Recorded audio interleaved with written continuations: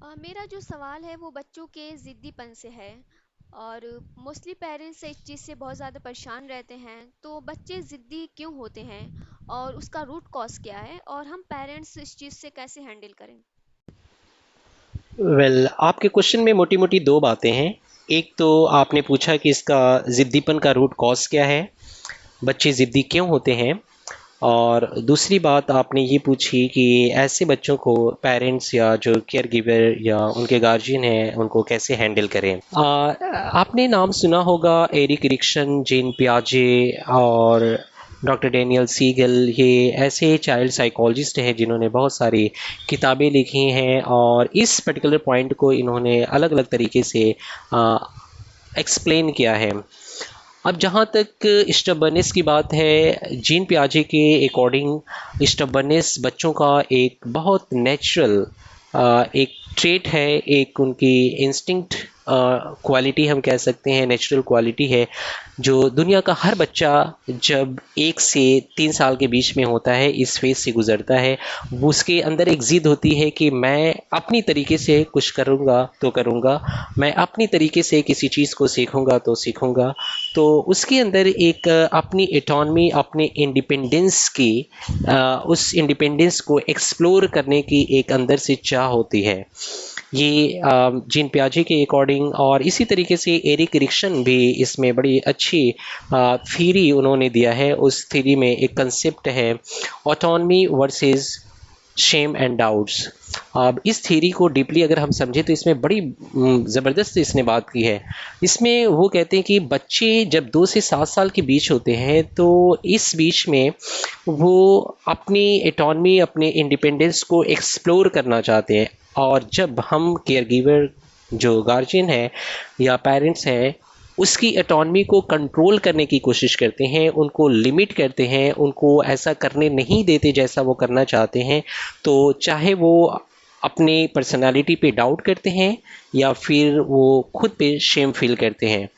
और जब ऐसा नहीं होगा तो ऑब्वियस सी बात है वो अपना एक हथियार यूज़ करेंगे, दैट इज़ स्टबर्नेस। वो ज़िद पे आ जाएंगे। तो ये मोटे मोटे जो रीज़न्स हैं कि बच्चे इस वजह से ज़िद्दी होते हैं। डेनियल सीगल ने अपनी रिसर्च में ये पाया कि बच्चे जब छोटे होते हैं, 1 साल से 5-7 साल के बीच तकरीबन, उस वक्त बच्चों का ब्रेन बहुत तेज़ी से फिज़िकली ग्रो कर रहा होता है। और जब इनका ब्रेन फिज़िकली ग्रो कर रहा होता है तो इस स्टेज में बच्चे अपने इमोशंस को खुद नहीं समझ पाते। It's very difficult to understand their own emotions and feeling. अब ऐसी सिचुएशन में बच्चे एंगर शो करते हैं और गुस्सा दिखाते हैं, फ्रस्ट्रेट होते हैं। और फिर पेरेंट्स इस चीज़ को नहीं समझ पाते कि बच्चा ऐसा क्यों कर रहा है।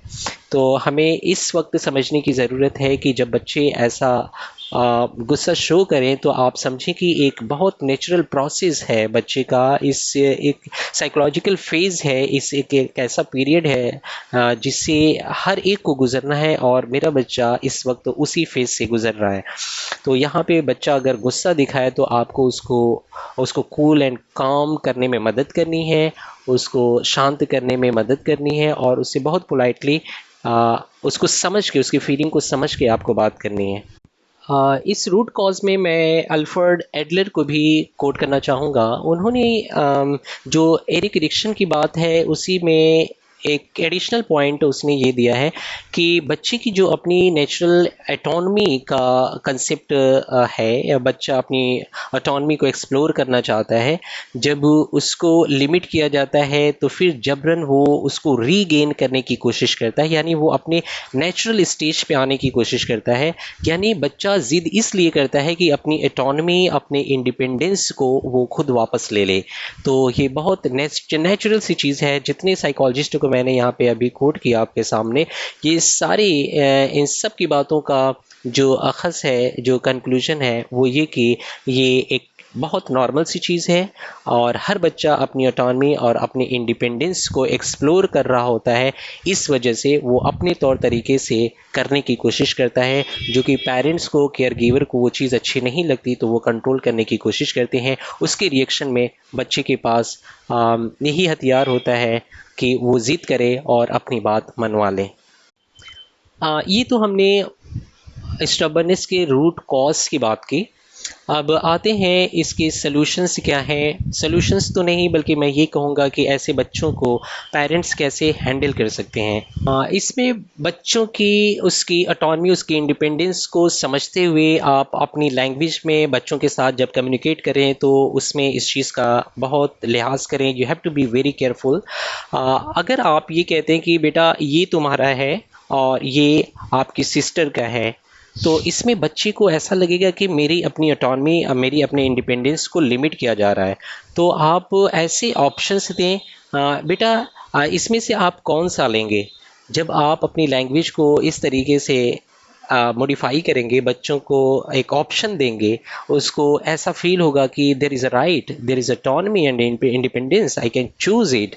तो उसको अच्छा फील होगा और फिर उसे नहीं लगेगा कि मुझे किसी चीज़ को जबरन करने की कोशिश की जा रही है या मुझे लिमिट किया जा रहा है। वो अपनी इंडिपेंडेंस को फील करेगा और उसको एक्सप्लोर कर सकेगा। तो आप उसको ऑप्शन दें, उसको उसको चूज़ करने का राइट दें। तो ये एक पहला एक पॉइंट है जिससे हम बच्चों को हैंडल कर सकते हैं। वो किसी चीज़ पे ज़िद नहीं करेगा अगर आप ऑप्शन दे रहे हैं। और इससे कई फ़ायदे हैं। सबसे पहला फ़ायदा ये कि बच्चे को आप अभी से ट्रेनिंग दे रहे हैं कि किसी चीज़ पे मेरा बच्चा कैसे डिसीज़न ले। आप 2-3 ऑप्शन दे रहे हैं, बच्चा उसमें से चूज़ कर रहा है, तो इसका मतलब है कि बच्चे के अंदर एक डिसीज़न मेकिंग का जो एक स्किल है उसके अंदर वो डेवलप हो रही है। हाँ, इसमें दूसरी जो चीज़ है वो ये कि बच्चे के इमोशंस को आप अंडरस्टैंड करें, अच्छी से समझें और उससे पोलाइटली बात करें। जब बच्चा बहुत गुस्से में होता है तो आप उसे कूल एंड काम करने में उसकी मदद करें और उससे पोलाइटली पेश आएँ। तो ये अपना रवैया जो गुस्से का है वो धीरे धीरे वो कम होता जाएगा बच्चे का। और जब बच्चा गुस्सा दिखाए और आप उस पर रिएक्शन दें, नो नो आप भी करें, तो इससे उसकी जो गुस्सेपन की, ज़िद्दीपन की जो इंटेंसिटी है वो और बढ़ती जाएगी। तो आपको इसमें पोलाइट होना है और आपको ये समझना है कि एक नेचुरल स्टेज है, बच्चा इस फेज़ में हर हाल में ऐसा करेगा, तो आपको उसको कूल एंड काम करने में मदद करनी है। तीसरी चीज़ ये कि बच्चों के साथ एम्पैथी शो करें। बच्चा किसी चीज़ को रिपीटेडली करने की ज़िद कर रहा है तो आप उसको बहुत एक्टिव लिसनर की तरह सुने, उसकी बात को पूरी तरीके से सुने, फिर उसको वो चीज़ करने दें। लेकिन आगे आप ऐसे कम्युनिकेट करें कि ठीक है बेटा, after 10 minutes we have to do this, हमें 10 मिनट बाद ये काम करना है, हमें 10 मिनट बाद अपना होमवर्क करना है।